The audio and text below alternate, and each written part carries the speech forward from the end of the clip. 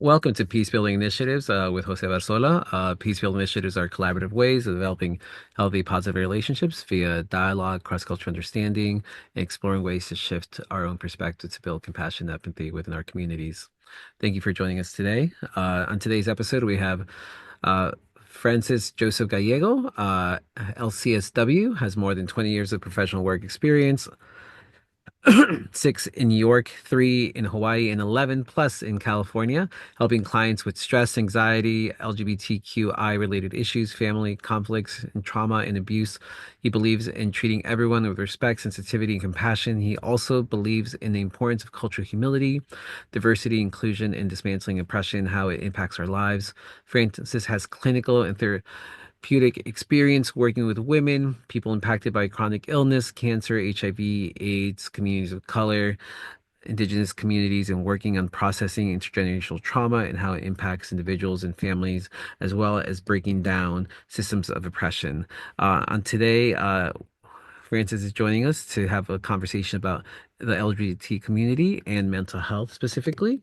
And I'm very thankful for him for coming on board and taking the time to just have a deeper conversation about this. It is always a pleasure to have you here and to learn from each other and see how we can not only practice, be there for our communities, as well as find ways to be a voice, practice that modeling, uh, get beyond the silence. It's important to have these difficult conversations, to lean into our discomfort. So, um, thank you so much for that. It is just, thank you. Thank you for being here. I'm going to turn it over to Francis briefly if he has any kind of comments, and then we'll kind of get started on our Q&A today. Thank you so much, Jose. It's such a privilege and to be here, and I'm so grateful for you and the continued work that you do for shared communities. And thank you so much for, allowing me to be in this space and just the work that you do for the many communities that we belong to and continuing to carve a brave space for the many people in this world. So thank you so much for this opportunity. Well, it is always a treat, and you're always welcome. I I know we'll have many, many more conversations down the road, but for today, there's so much literature on LGBTQ plus youth mental health focuses on the experience of minority stress. Can you provide an overview of what minority stress means and how it relates to the LGBTQ plus youth mental health? Yeah, thank you so much for the question. And I just wanted to say thank you so much for, allowing this opportunity for such an important topic. As people may be aware, we just had a change in administration and a change in political power. And our current president has recently made certain executive orders that targeted, different marginalized communities. Um, Women, the trans community. And, I think the reason why Jose and I felt that this topic was very important is because, I think we have to frame it in a sense of like how, in a systemic level, right? Like how when things happen systemically, how it can really affect different portions of a population and just really framing also really like my positionality in terms of the work that I do. Like I'm queer, I'm a cis male, I'm a person of color. I grew up in the developing world, in the Western world. Like Jose shared, I have worked in both Hawaii and California and New York, and my experience working, in the queer and trans community. And I think also sharing that, I think knowing also being a consumer of mental health services since I was 17 as someone who identifies as queer, but also being a provider of mental health services. And I think when we think of this word minority stress, right? I think what we shared before in podcasts and what you've talked about too, also, Jose, and like I think in terms of the other speakers, is that America has been founded, I think, in this legacy of like genocide and slavery, and I think really in how it has treated, I think, communities of color. And I think also like how that legacy of like either intergenerational trauma, legacy of imperialism, legacy of war, legacy of racism, a legacy of, let's say, genocide, right? Abuse, homophobia, transphobia, classism, right? How that really can impact stress onto a population or a different population. And I think how I look at minority stress is how those levels of stress, be it impacted by those very different things, how that can really impact someone's mental health, and also how its relationship in terms of like a power dynamic, its relation in terms of like white supremacy, and how minority stress is very unique per population. I think it really does depend in terms of the LGBTQI population because I think in terms of the LGBTQI community, you also have the nuances bases on gender identity, basis of sexual orientation, basis of race and gender. Like a lot of times, like for example, if you have a person of color who is LGBTQI, you have the level of like sexual orientation, gender identity, and race or ethnicity, or even class, or even immigration status. So a lot of times, the stress of like being a person of color or being gender identity or becoming from an immigrant background or coming from speaking a different language, right? That could impact the way we navigate the world. And that could impact the way we access different things, how it impact the way we're affected by depression, affected by anxiety. Also, as a provider, simplifying the words like, depression is kind of our thoughts, how we look at different things. Anxiety could be like to worry about the future, or how we talked about before. But trauma is times we felt powerlessness. Factors I think also about minority stress is like also the impact of like these different things like racism, sexism, um, uh, prejudice, like systemic oppression, when laws don't recognize us, don't recognize we exist, and how could impact the way we look at the world, but also like the lack of services. Like, for example, when President Trump signed that gender is only male or female, right? Then it kind of devalidates someone like who's trans, who's gender fluid, and that could impact the way one can look at themselves or how we discussed earlier, like three states right now, I think Alabama, Utah, and I think Idaho maybe, who are stripping away like they're culturally focused student centers, right?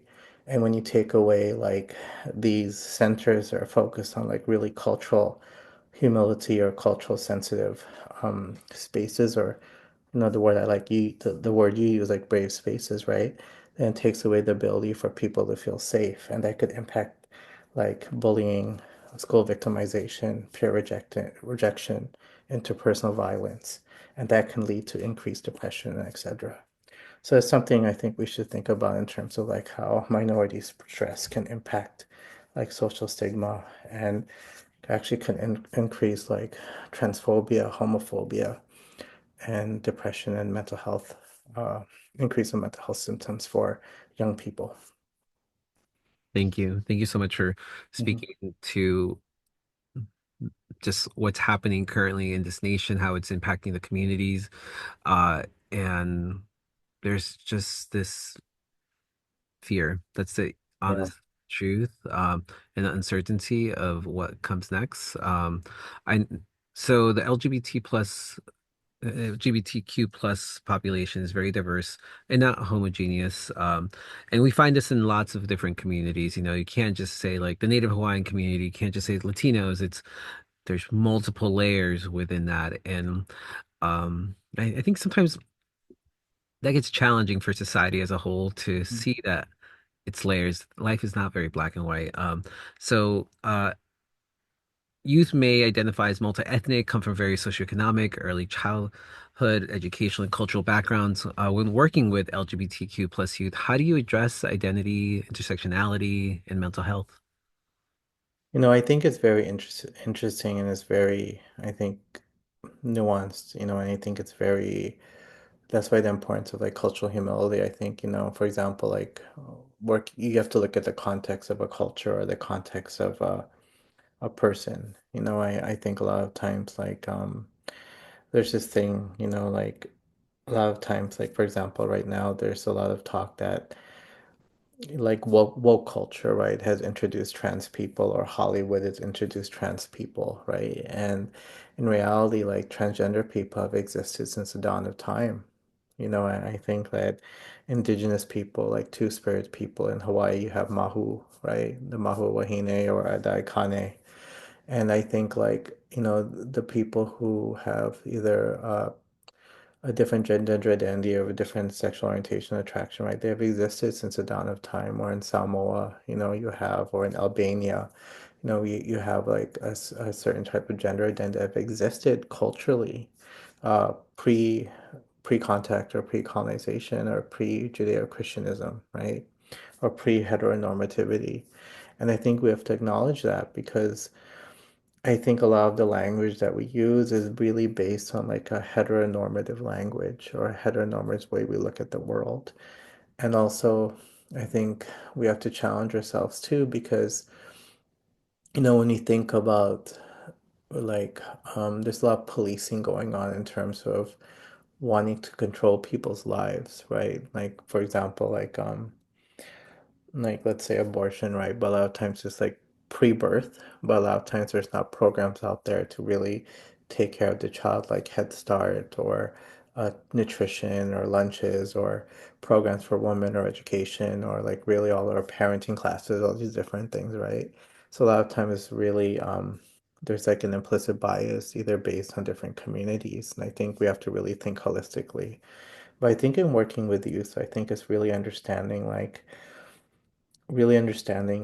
seeing where the youth is coming from. As someone who has my own individual coming out story, and knowing when I come out, right?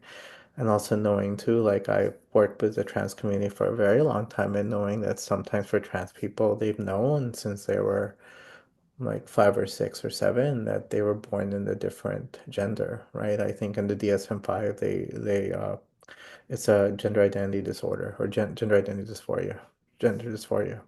And I think it's really about really understanding, and people don't really understand too, that for someone to get like hormones or get treatment, they really have to go through psychotherapy. They really have to go through meeting with a clinician who is trained in transgender mental health and LGBTQI affirming care. It's not easy. And I think what the right is doing, especially in terms of like Christian nationalists or the far Christian right, is like they're really changing the narrative in terms of like what trans kid, like they're distorting transgender health and LGBTQI affirming care. And I think it really is really impacting the way people are viewing how LGBTQI uh, youth are accessing mental health, and is denying them of services they greatly need. And I think that is my worry, because then it's leading a lot to, suicidality and depression and anxiety. I've been in this field for a very long time, and I remember I work with the trans community. I acknowledge my privilege as a cis male, but I've had the amazing privilege to work with the transgender community for over 20 years. And I remember each time we've had, unfortunately, a Republican administration, the fear that the trans community has had in terms of the government policing their bodies and policing the way that they can access healthcare. And I think that for me has been has been a very heavy space to hold, and it has led a lot to depression, has led a lot to with my patients who are trans, right, has led a lot to depression and anxiety, especially the young people, because they don't have safe spaces to go to. They don't have like gay straight alliances. They don't have safe spaces within their states. Like if you think about, I think that like over 40%, I think, of trans youth live in states who don't have like gay straight alliances, don't have gender affirming care. So what happens when they can't access it? What happens when they have no one to talk to? What happens when they'll have parents who believe that they are trans, right? That can lead to depression, that could lead to suicide, that could lead to many different things. And I think that to me is very, very scary. And that could lead to like a hostile transphobic environment, which can lead to a lifetime of harassment, maltreatment, discrimination, and shame. and impacts access to care. I think if we also look historically, like it could take one or two incidents, right? If you look at people of color, like the African American community, like things such as Tuskegee, right? Not Tuskegee, sorry, Tuskegee or Henrietta Sacks, right? Like it impacted the way they access like medical care, right? Or if you look at like the continued experimentation of Black and brown bodies, and we look at the LGBTQI community and HIV/AIDS, how it wasn't really acknowledged and how a lot of gay men have a hard time sometimes accessing medical care. And I think sometimes we have to really face the implicit bias and kind of acknowledge it and see how we can do better as providers, especially working with our young people, because we have to start early to also teach them to love their bodies and love who they are. Thank you. Thank you so much. Shifting, you talked a little bit about the transgender community, but shifting focus specifically, the number of anti-trans bills considered across the U.S. has broken records for 4 consecutive years. In 2023, the total number of bills considered surged more than 3 times the previous record. How is anti-trans legislation impacting? You kind of went into this a little bit, but I wonder if you have additional uh, that you want to talk about how it's impacting LGBTQ plus youth.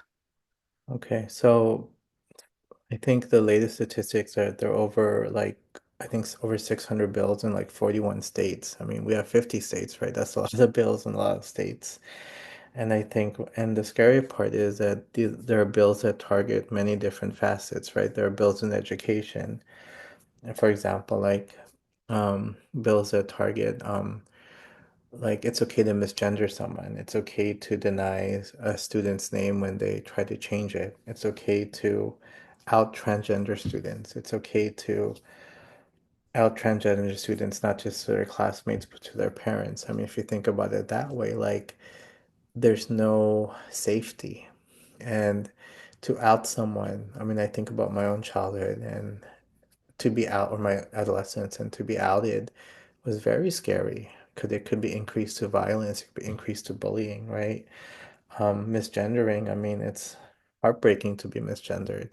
Like I think to create safety and space is so important, especially high school and middle school is very tough. I mean, I know everyone may have seen the movie Mean Girls, right? But to add that layer of like bullying based on gender identity or sexual orientation, high school can be very ruthless. I mean, bills targeted in sports, right? I think the House recently passed a bill, House of Representatives going to the Senate, that gender is going to be biological, right? So they're banning transgender students from participating in not the gender they identify with, but participating in the wrong, participating to the gender that they're born with. I think that is very problematic also.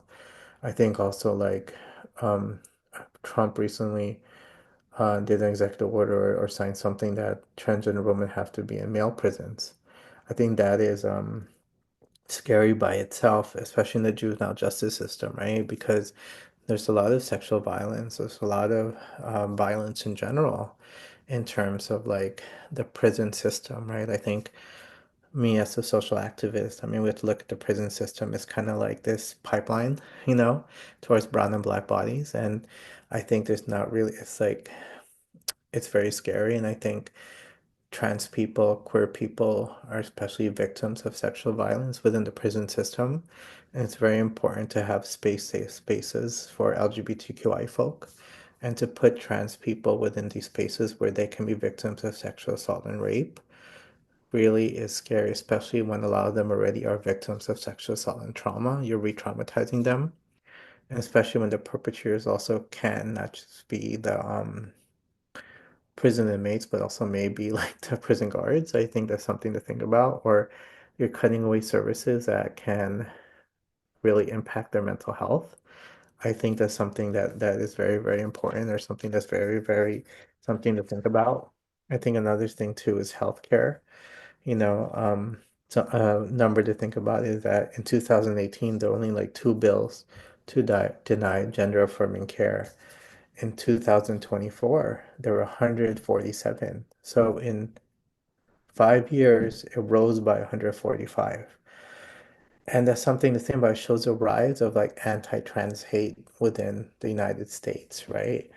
And when we mean by denying gender affirming care, it's like, I see it. Like, I work at Stanford Healthcare. I work in outpatient oncology other than my private practice, and I see the importance of, calling people by the right gender, even, regardless of gender identity. I see the importance of, validation and safety, and especially when we're accessing healthcare or especially when we're providing healthcare to someone. And I think the importance of transgender inclusion because, when you have like around more than 75% of transgender youth who live in states that have passed more than one law that have said they are not of value, that can lead to depression, anxiety, that can lead to violence, and I think that could lead to suicide, that can lead to PTSD, that can lead to discrimination. And they may not have the families that say that you are okay, and that can lead to substance use. A lot of times, like people self-medicate in different ways. When I was a youth counselor in New York, I was a youth counselor in New York from 2002 to 2007. And, some of the youth I worked with who were trans, they ran away. They lived they were homeless. A lot of them you know, did not come from communities that really supported them. And I think also there's a lot of like also internalized transphobia within the LGBTQI community that is a complexity by itself. So it's very, very heartbreaking. That's something I think we need to heal and we need to work on and we need to pass like just laws of inclusion and I think laws of really working towards more LGBTQI affirming care because that's important. Because I think healthcare should be uh, a right and not a privilege, and it should be given to everyone. Thank you. According to a 2022 report from the Trevor Project, which for folks who don't know, it's a local nonprofit in the U.S. founded in 1998, focused on suicide prevention, supporting among lesbian, gay, bisexual, transgender, queer, and questionable youth. They offer a toll-free telephone number where confidential assistance is provided by trained counselors. I just wanted to give a little shout out, especially if anyone who's listening. I think most folks know, but you never know. There's so much information out there. So, according to the Trevor Project, 45% of LGBTQ plus youth seriously considered suicide in the previous year, including over half of transgender and non-binary youth. Additionally, rates of attempted suicide were higher for LGBTQ plus youth from diverse racial and ethnic backgrounds. How do you approach conversations about suicide with young people from diverse racial and ethnic backgrounds? I just to disclose, I have this picture of me and my queer. When I was 17, I was part of this queer API youth group, me and like five people, and everyone's gone except for me and this other guy, and I'm 46 years old. So to give context, and last year I lost two friends to suicide, and they were gay men. And I think people don't really realize the impact that minority stress has on, I think, the LGBTQI community or the impact that words have from the government or from the church or from families that say that you don't have the right to exist or you don't have the right to be here or you don't have the right to, you don't have of any value. And even though I tell my patients and I believe it that someone's inability to see your worth should not dictate who you are. And I do a lot of like healing with my patients. Sometimes people don't have the privilege or don't have the access to mental health care or have the access to therapists who believe in LGBTQI affirming care, working with patients, because, unfortunately, there are therapists out there who think that being queer is like a lifestyle choice. And that is something that really is scary to me. It isn't.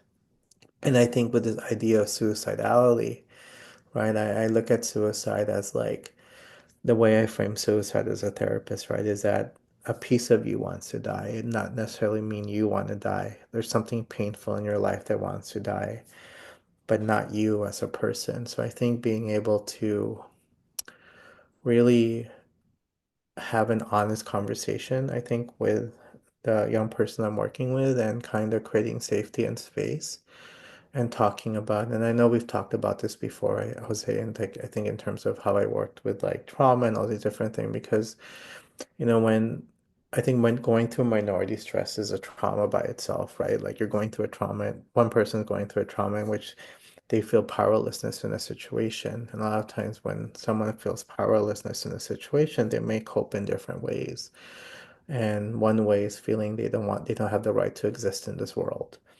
And I think being able to create safety and space by saying that they exist or kind of helping them shift the narrative in their mind, or also allowing them to strengthen their coping skills by observing their pain instead of holding on to their pain, or increasing like distress tolerance or emotional regulation or building community.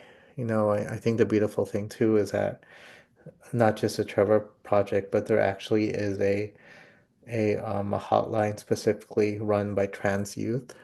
Sorry, not trans youth, that's my cat. Run by transgender peers who work specifically for trans youth who are going through mental health crisis. And I think that's important too, because I think there is such a power in not just diversity and inclusion, but in representation. And that's why I'm so bothered by this. And we talked about this right before the talk, by this movement by the far right to take down diversity and inclusion. Because I think that when there is someone that has gone through a similar kind of pain you've been through or a similar experience, and you can learn and you can provide safety and space, I think that kind of there's some shared empathy that is so powerful and so authentic and so healing. And I think when we take that away, or that possibility away, right, like does such a disservice to a community. And I think to me that is very scary. So I think being able to continue to be an example, right, in these really dark times, I think is important. But I think being able to do that and not be scared to talk about these scary things, like what you said in the beginning, right? Like not be scared to have these really difficult conversations, because I think sometimes culturally it may be hard depending on the culture you come from or how emotions were talked about when you were growing up, but being able to have these conversations, because I think it allows us to share safety and share space. And also, just because you talk about suicide doesn't increase suicide. I've learned that. And I think not being scared to talk about it. And also being able to talk about the resources that are available and those different things. I think, and talking about protective factors, right? It could be one little thing, finding joy in the world, or finding, a lot of times too, when people go through trauma or they go through rejection, sometimes all they may know is that sadness, right? Or so being able to kind of help as providers, how can we, or community members or allies or friends or family, how can we help them find that one piece of joy in that world, or that one piece of healing, or just listening, the power of listening, like the power of holding space, the power of just being present. I think to me that can be, I mean, I think about my darkest times, right? And I've been there. And I think about how having someone just to listen. And I think that to me has been very powerful, and that has shaped me. And I think that has helped me. And I think that can be very powerful by itself. So those little things, right? Not being afraid to talk about things like suicide or pain, but at the same time, also being able to be present with someone, I think is important. Thank you. Thank you so much for that. That just resonates in so many different ways. And not just, I'd say that is just a good lesson for life Yeah. as we strive to build a beloved community and Yeah. create brave spaces for all communities, mhm, uh, mhm, everyone in this world. There's great power to just the silence, the moments of silence that we can share mhm, together, mhm, the moments of just practicing active listening and reframing and acknowledging mhm. um, people's lived experience and respecting that and um, honoring it. Yeah. And along the way, finding opportunities to grow and build some common ground off of that. Because I say this a couple times where I think the more we actually take time to just talk to each other, we actually start realizing Mm, we actually have a lot more in common than we like to admit to. Uh, mhm, so thank you. Thank you for that. According to the same report, LGBTQ plus youth who felt high social support from their family reported attempting suicide at less than half the rate of those who felt low or moderate social support. What mhm. does it mean to provide high social support as a family member or caregiver? I think we touched upon it too, but I think the power of being present, right? The power of non-judgment, the power of breaking stigma, the power of self-reflection, the power of listening actively with compassion, respecting confidentiality. So, the power of examining our own biases. Just because I may not understand what you've been through doesn't mean I'm not willing to self-reflect and be compassionate. I think that's an important thing, right? I think that, a lot of times, I think empathy is something that is not something that some people struggle with. I think just because you may not understand what it means to be trans doesn't mean you can't grant them the same compassion or grant them the same rights. I think we need to be more empathetic with each other and and understand that because I think if we allow ourselves to be more empathetic with each other, then I think it could allow us to understand like the depth of like compassion, and understanding.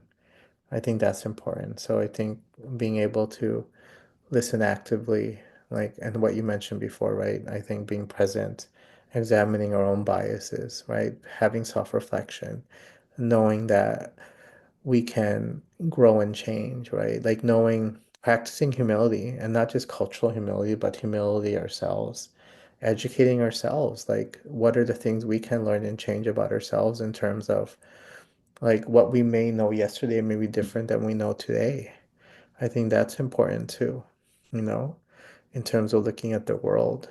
I think that can help too because that can help in terms of dealing with something we may not understand, and this idea of like feeling like we have to have control over other people's lives in that sense, right? I think that's something like we need to kind of put down in a lot of ways. I think in terms of, I think that I don't know. I wish we had more humility in that sense. I think that comes from like this idea we talked about, like capitalism and colonization and imperialism and all these different things that we have to kind of put down, because, like trans people have existed before colonization and it was okay.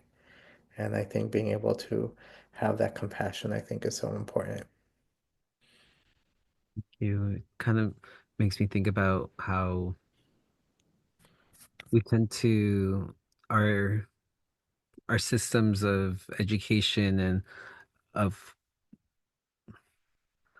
workplaces, we tend to focus so much on teaching skill sets related to like knowledge that will assist in like the history, how to you know do this function for this job. But Mhm, unfortunately, I see that there's very little focus on teaching that empathy, teaching that compassion. It is something that I think there's spaces that it's definitely being done, but I don't think there's enough spaces, unfortunately. There's a big focus on, you know, career track, I guess. Mhm, And sometimes there isn't that large of a mindset of like, oh, how can empathy and compassion mhm. create such revolutionary workspaces, communities in general. I so thank you for bringing that.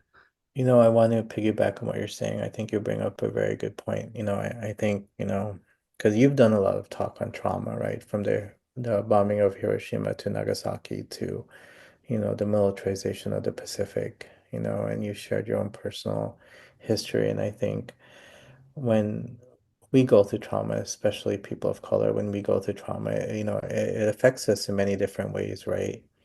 And I think children will often recreate the emotional experience they had as children when they're adults, you know, sometimes negatively, sometimes positively.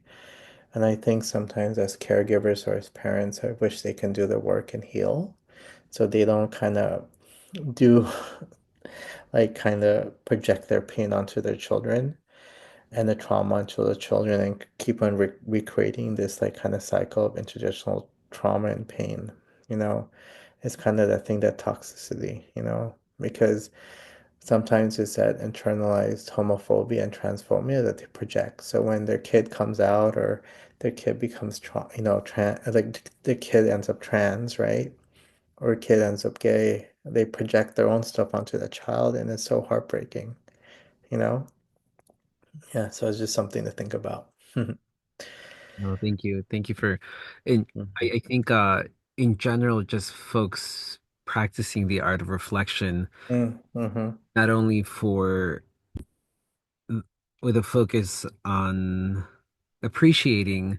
I think two sides, like practicing reflection to appreciate gratitude, Mm-hmm. practicing gratitude for how we've kind of come to where we are, Mm-hmm. acknowledging the village that has uplifted us. But I Mm-hmm. also think sometimes even harder is practicing reflection. And when I say that, whether it's writing, whether you're just walking and thinking about it, whether you're talking about it with someone or by yourself, like practicing reflection as it relates to the trauma that we all are carrying, Mm-hmm. because Amen. we're all, I mean, what we're going through right now is Yes. trauma, and it's bringing up lots of it for different lived experiences all around. And yeah, just being conscientious to like, also, I mean, we talked about this a little bit about how can we practice some of our own privilege currently to just be able to take care of ourselves, because we are very much in caregiving positions, and we're constantly Mm-hmm. thinking and loving and creating spaces for our communities, and just taking some time, even if it's like 5 minutes, Mm-hmm. just carving it out to just take care of yourself, whether Mm-hmm. going for a walk, just having that meal without having uh Yeah. the ongoing uh, just technology and everything else that distracts us. That's true. So I think, but yeah, thank you. Thank No, you thank you. for Thank it. you. Uh, Bye. just to get back to a few more Mhm. questions. Substance use is significantly higher in high school age youth who identify as LGBTQ plus Yeah. or who are unsure of their gender identity compared to their heterosexual peers. Mhm. What role does substance use play relative to mental health outcomes for LGBTQ plus youth? Once again, I think it's about like, there's this, I love Alanis Morissette, and one of her lyrics of her song is like, something about like, um, people ism to alcoholism or something to like, it's because they have a hard time going within. And I think a lot of time when there's a misalignment, Gabor Mate, a famous trauma-informed psychologist who I follow, he talks a lot about trauma and how when people may have substance abuse issues, it's because they're self-medicating, right?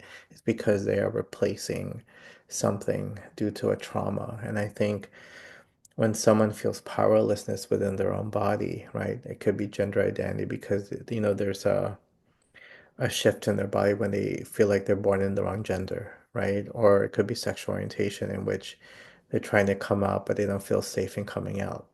So there have been high rates of like, you know, substance use with either the trans community or the LGBTQI community because, you know, substances make you feel better. You know, I think a lot of times people may, because they make you self-medicate, they don't make you feel present. Because when I feel, because for example, I worked in sub patients with substance abuse for almost 20 years, right?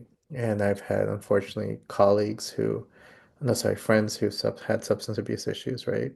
And I think the struggle is that when people use substances, right, uh, they do it because they don't want to feel.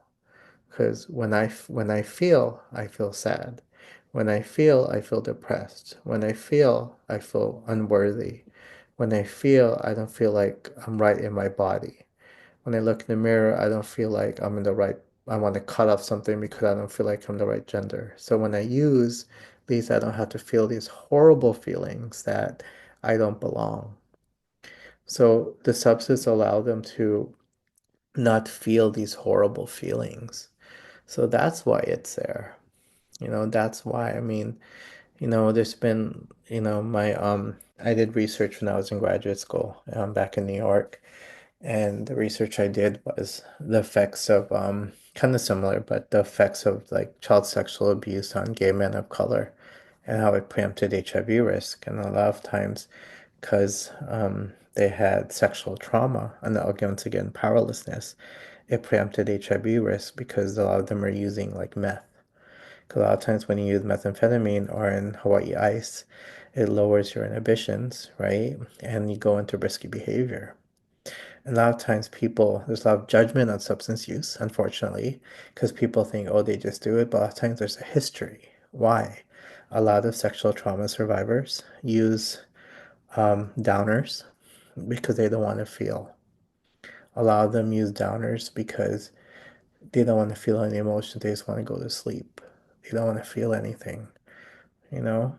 And to me, honestly, as someone who's done sexual trauma work, you know, someone who's been a provider and a consumer of mental health services, I could see why. It's because of that. Pain is powerful.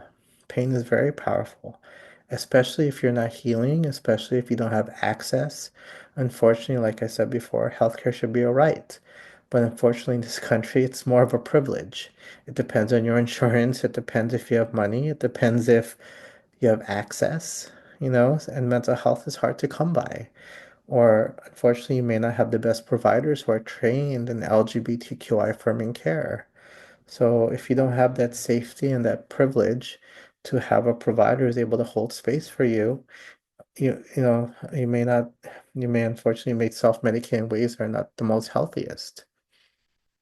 So I think that's something that I wish we had more of a harm reduction society, less of judgment, and more of like creating safer or braver spaces in which we can, you know, talk about harm reduction and non-judgment, you know, in terms of like having more trauma-informed therapy and dealing with communities who have substance abuse issues because of trauma and how we can help them. Yeah. Thank you. Um, Transitioning to the final four questions here. Focus on various forms of support for LGBTQ plus youth, starting at the community level. What are practices and or approaches we can adopt as a community to support the LGBTQ plus youth? Mhm. I think as a community, you know, I think it's really tricky now because we live in very trying times. I think it would depend on what state we're in, and hopefully they haven't gotten rid of DEI initiatives. But I think, you know, for example, right now I live in California, so I could speak for California. I know in Hawaii, I still am part of different listservs, like UH Manoa's LGBTQI Center, and they still offer you know, safe and brave spaces for the LGBTQI community.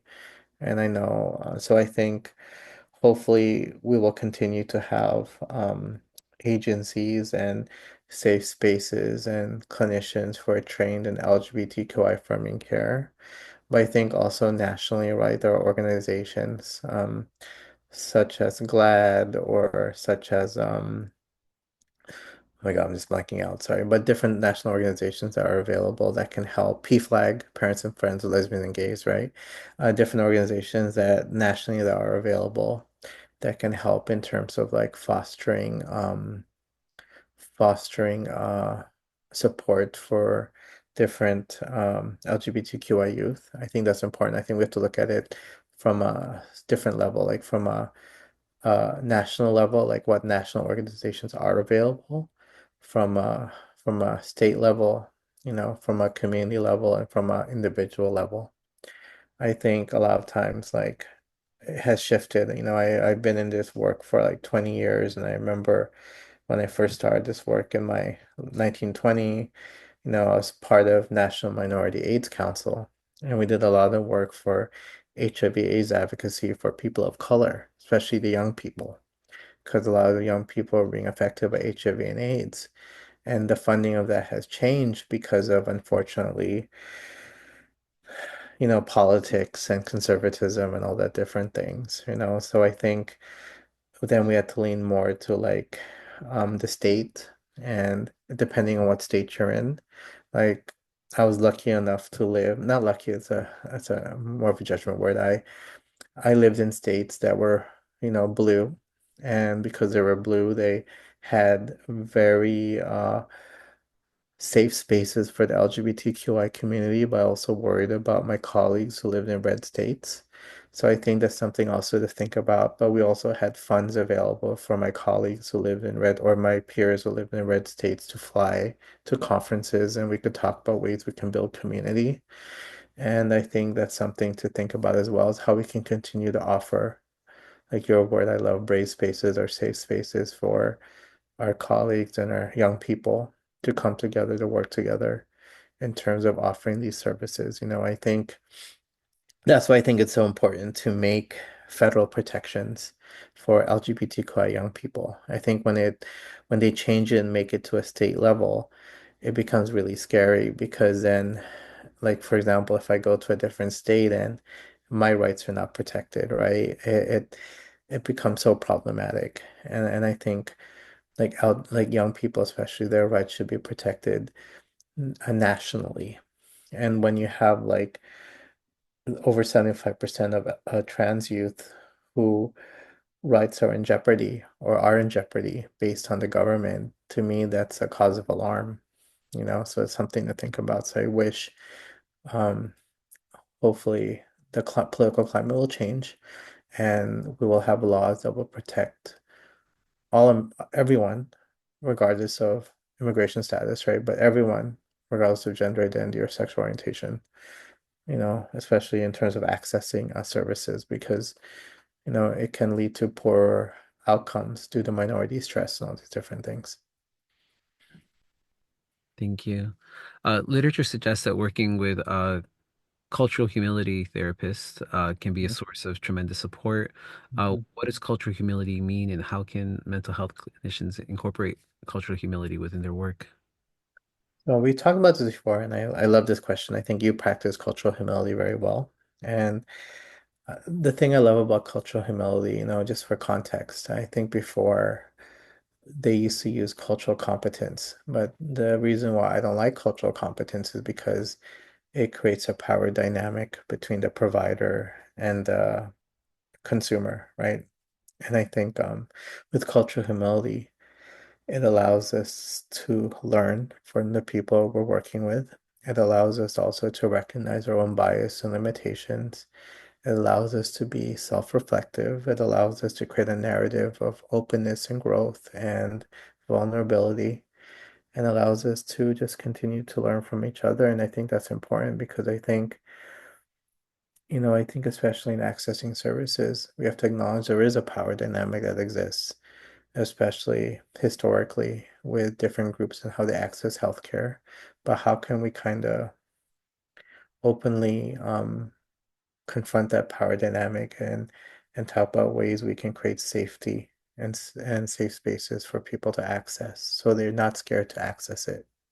And so that's one way we can do that, is providing cultural humility. and self-reflection and compassion and empathy. And they go all hand in hand.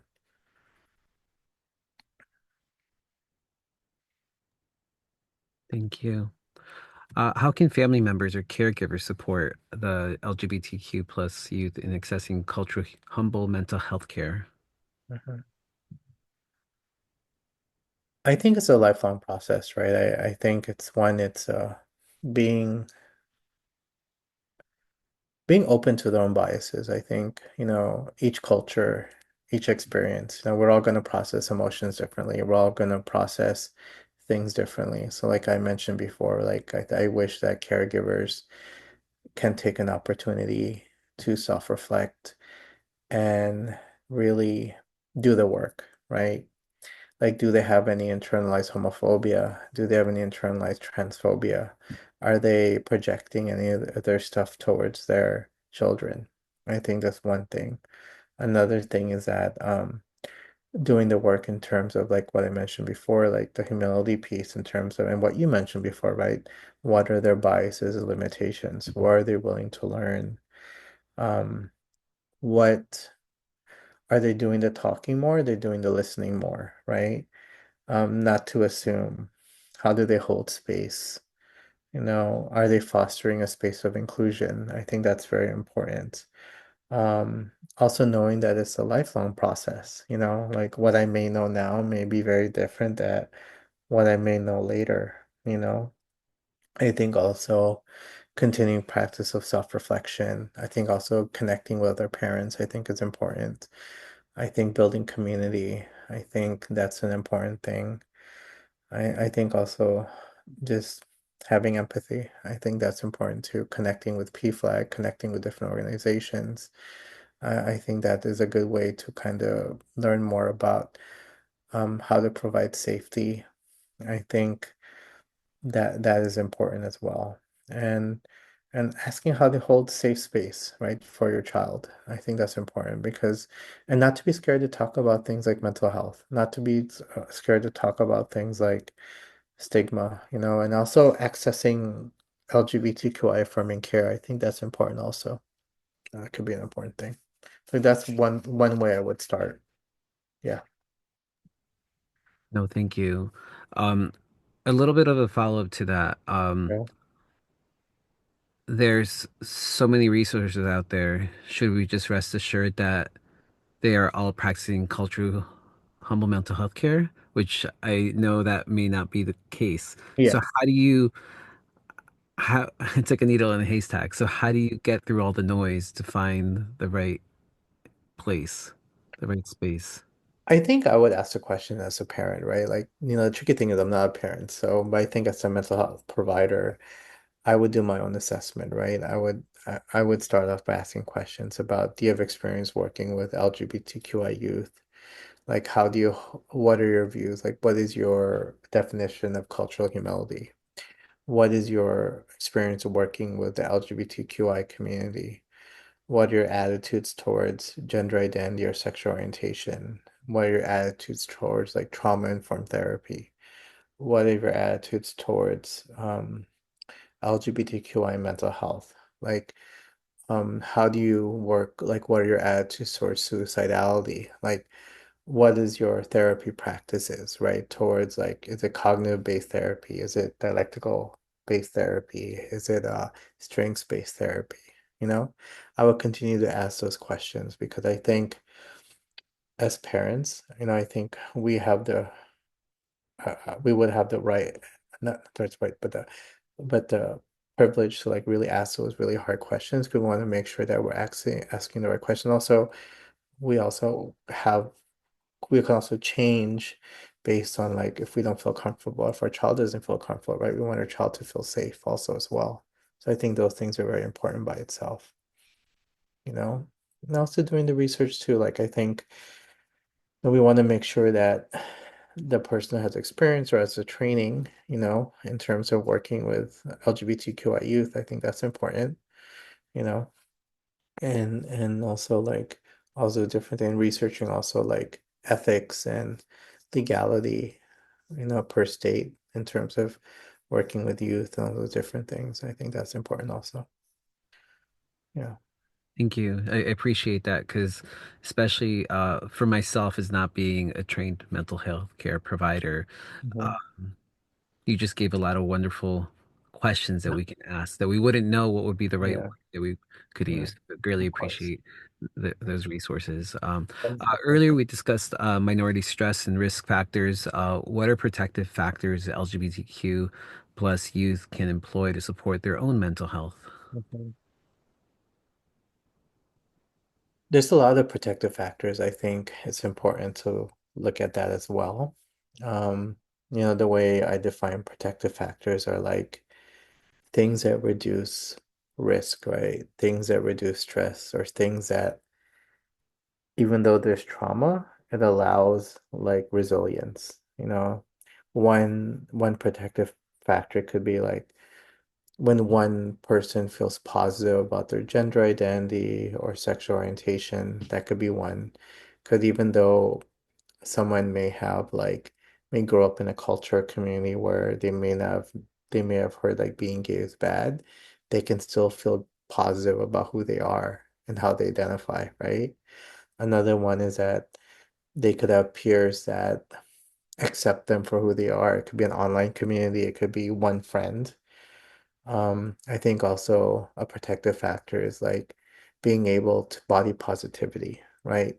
Being able to practice safe sex, being able to talk about safer sex, being able to look in the mirror and say, I'm okay with who I am, despite of how I look. I think that's very important. This idea of chosen family, I think one of the most beautiful things about being queer is that you choose your family. I think one of the challenges of being queer is you get disowned, but one of the beautiful things about being queer is you choose your family. So I think having chosen family, one of the things about living in Hawaii that I loved is that, there's a lot of drag families, a lot of families like, they adopt you, especially when you're coming out, and they're like your mothers, the drag mothers, and they're very protective. And I really love that because, when you get disowned or you struggle, you get hanai, another word for adoption in Hawaii is hanai. And you get hanai'd by these drag families and they take care of you and they love you. And I think that for me is so empowering, and that could impact your mental health. Social support, strengthening these interpersonal relationships are very important. Role models, that one role model. Like I think being able to see someone that's been through what you've been through. And I think that's why there's such a power in being authentic, like not being ashamed of what you've been through, but being who you are, I think is very powerful. I think there's power in shame, and there's a power in not being ashamed, and there's a power in like being authentic in who you are. I think that's true, but also knowing too that coming out is also very Western. I think for a lot of people of color, we have to think about coming out because depending on, our culture identity and who we are, it may not be safe. So I think also thinking about that also. Um, I think also the environment, right? I think assessing safety, right? Like just because the environment may not be safe for us in terms of laws, like how can you create safety for ourselves? And sometimes we have to live in a bubble, and that's okay too. So I think those are very different. They're very different protective factors. Like just because someone doesn't come out, it doesn't make them less gay. I think there's something to think about too. Like who are we to, like we shouldn't judge that. I think there's so much fluidity in the diversity within the queer community. Because I think coming out is a privilege. It is. It is. Like I'm not going to judge someone because they don't come out. Because for some people, they don't have the safety to do it. And that's okay also. You know, it's a privilege to come out. It is. Because it's very scary to come out. It is very, even to this day, it's 2024, but it's still very scary to come out. I think, 2025. huh? 2025. 2024. Oh my God, thank you. It's It's 2025. okay. Sorry. It's I'm so okay. traumatized by the inauguration. I wasn't here. I Oh had to no. leave. I had to leave the country when you know who got inaugurated. So I feel like I I feel well, you took the words right out of my mouth. I yeah. kept, as you kept talking about coming out, I kept thinking about, and then you talked about how it's a Western. I kept Mhm. thinking, wait. coming out. It's this interesting Yeah. like borderline where it's scary, fearful, but it is also a privilege. I Yeah. was Coming thinking to the about that as you were talking, and then you like just said it, and I was Yeah. like, yeah, it is quite the privilege to be able to do that because not everyone can do that. And so, Yeah. yeah, Yeah. and just understanding that lived experience is so essential to, once more, talking about like building empathy, compassion, trying to understand other communities and not just wanting or closing out because people are not quote unquote like you, whoever you are. Mhm. Uh, and and I think, yeah, going back to the privilege aspect, there are a lot of people that just don't feel comfortable, don't feel Mhm. safe, don't feel it's not a brave space. It's not um, their life is Yeah. threatened if they were even to share what they truly Yeah. And felt. that's okay.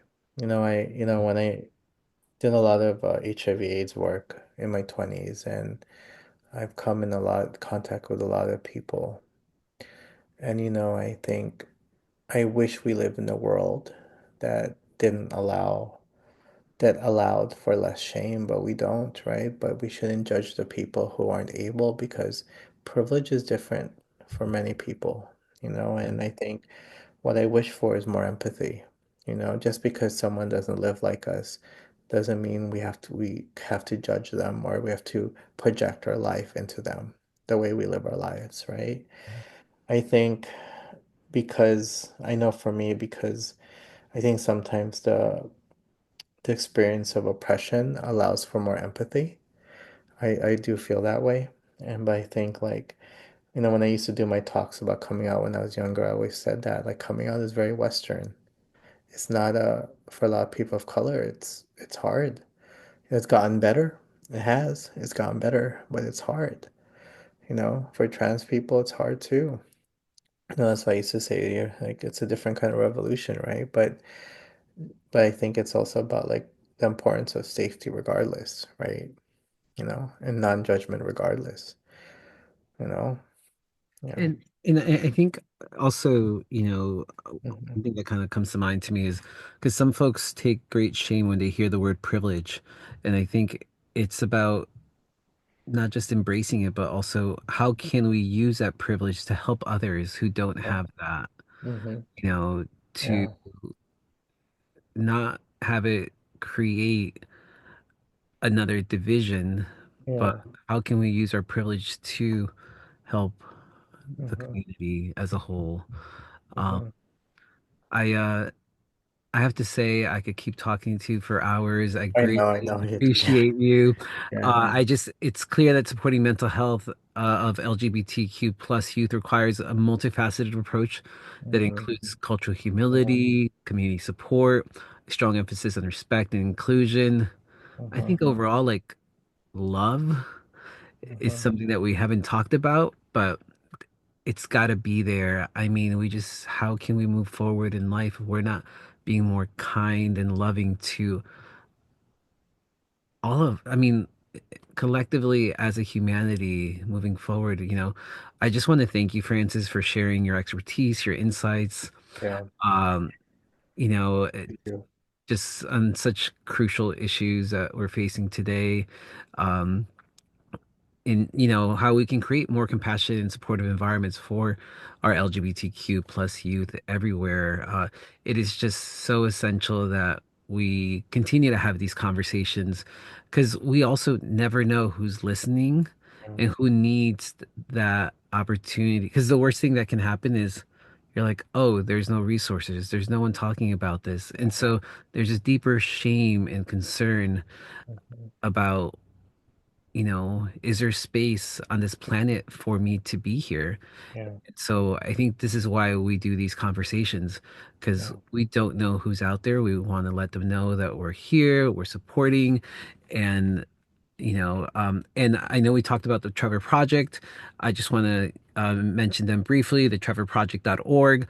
Also, you can just connect with anyone nationwide, 24/7, 365 days a Mm-hmm. year by texting 678 678. That's the number. And you just got to Mm-hmm. text them the word start, and Mm-hmm. someone will be there to have a conversation with you.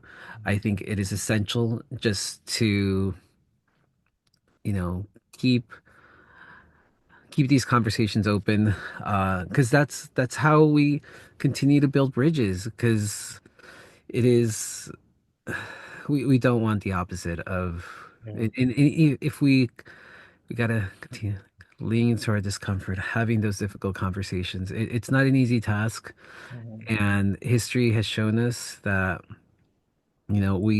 I always look toward like the power of community, how Mm-hmm. community has kind of come together during these challenging times. And I'm hopeful that this too will just be a part of a brief portion of history, but there's some good stuff for us moving forward. But I just want to, if you have any final words, Mm-hmm. let you kind of close this out. I just want to say Yeah. thank you so much, Francis, for everything today. Well, like to piggyback on what you're saying, right? There's a power in there's a power in liberation when we share our stories, right? When you break that stigma. And I think especially for us as communities of color, right, given our history of like oppression and white supremacy, like we were never really allowed to speak our truth. So whatever our authenticity is, I think there's so much power in that. So thank you for allowing this space and for talking about different topics and difficult topics and talking about power and possibility despite trauma. And I am grateful for you. And I pray for healing, and I pray for that no matter if there are individuals or governments trying to silence who we are, we're still able to find our authenticity and joy in this world. Thank you. Thank you, Francis. Greatly appreciate you, and we'll continue this conversation a little more probably in a couple of months or sooner. Grateful for you. Yes, thank Take, you. take good care.